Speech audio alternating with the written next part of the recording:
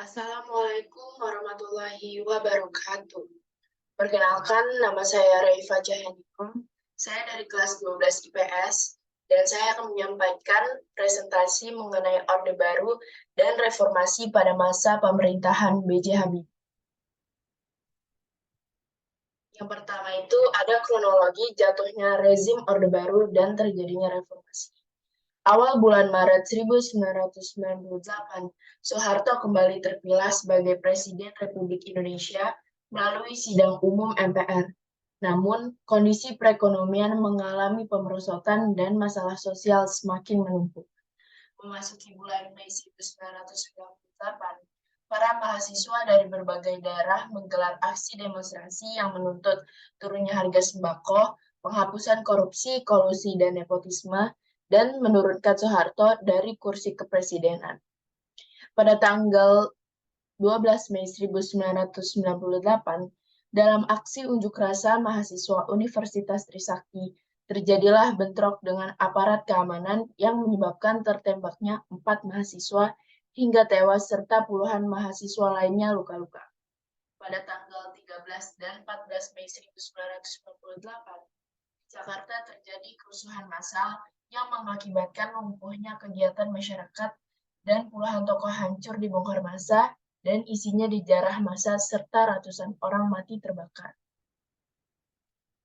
Pada tanggal 19 Mei 1998, di Jakarta puluhan ribu mahasiswa telah berhasil menduduki gedung DPR dan MPR.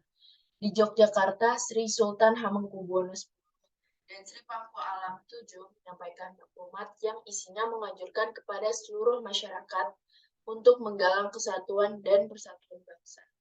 Pada tanggal 20 Mei 1998, Presiden Soeharto mengundang tokoh-tokoh bangsa Indonesia untuk dimintai pertimbangan dalam rangka membentuk Dewan Reformasi yang diketahui oleh Presiden Soeharto, namun mengalami kegagalan.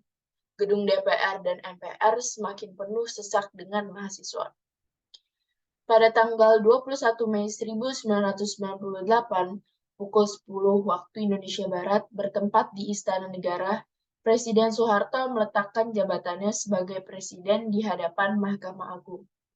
Berdasarkan Pasal 8 Undang-Undang Dasar 1945, Presiden menunjuk Wakil Presiden B.J. Habibie untuk menggantikan menjadi Presiden yang pelantikannya dilakukan di depan Mahkamah Agung.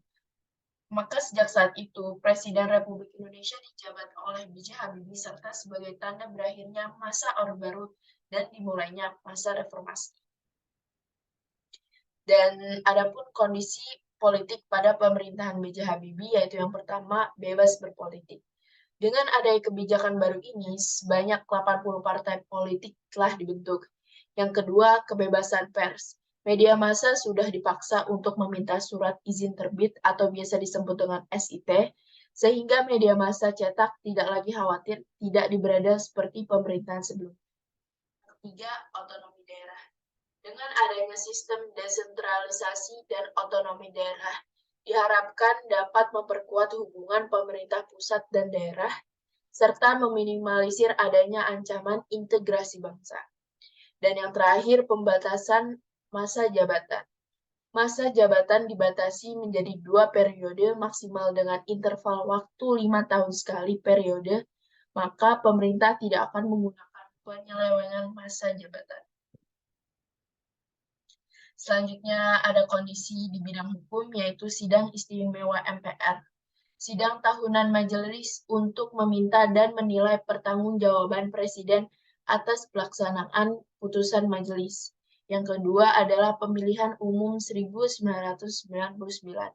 Diselenggarakan pada tanggal 7 Juni 1999 untuk memilih 462 anggota DPR serta DPRD se-Indonesia periode 1999 sampai 2004. Dan kondisi di bidang ekonomi yaitu merekapitulasi perbankan dan menerapkan independensi Bank Indonesia agar lebih fokus mengurus perekonomian, serta menaikkan nilai tukar rupiah dan melikuidasi beberapa bank yang bermasalah.